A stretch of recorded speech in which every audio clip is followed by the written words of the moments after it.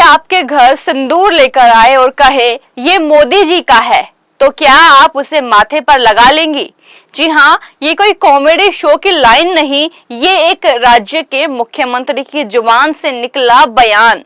One nation one husband कहकर CM भगवंत मान ने पूरे देश की राजनीति में आग लगा दी है और अब इस बयान को लेकर बीजेपी से लेकर सोशल मीडिया तक हर तरफ हंगामा मच गया है। चंडीगढ़ में कैबिनेट बैठक के बाद मीडिया से बात करते हुए पंजाब के मुख्यमंत्री भगवंत मान ने बीजेपी पर सीधा निशाना साधा।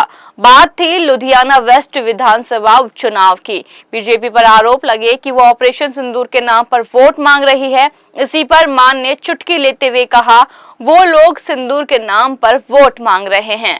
अब क्या one nation one husband scheme शुरू हो गई है और यहीं से शुरू हुआ गया सियासी भूचाल।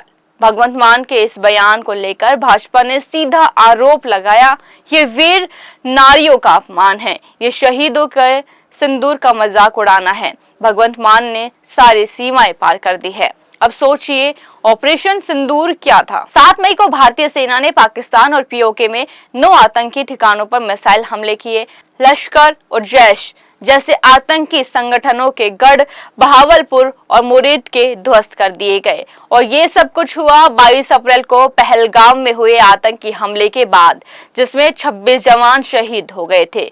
बीजेपी और रक्षा विशेषज्ञों ने इस ऑपरेशन को एक surgical strike pre dawn attack बताया और कहा ये सिंदूर है शहीदों की शहादत का, उनके परिवारों का सम्मान का। अब सवाल उठता है, क्या भगवंत मान ने वाकई एक राष्ट्रीय सुरक्षा अभियान को राजनीति मजाक में तब्दील कर दिया? भाजपा प्रवक्ता प्रीतपाल सिंह बलियावाला ने कहा, आप एक पूर्व कॉमेडियन हो सकते हैं, लेकिन इससे आपके शहीदों की विधवाओं का मजाक उड़ाने का हक नहीं मिल जाता है।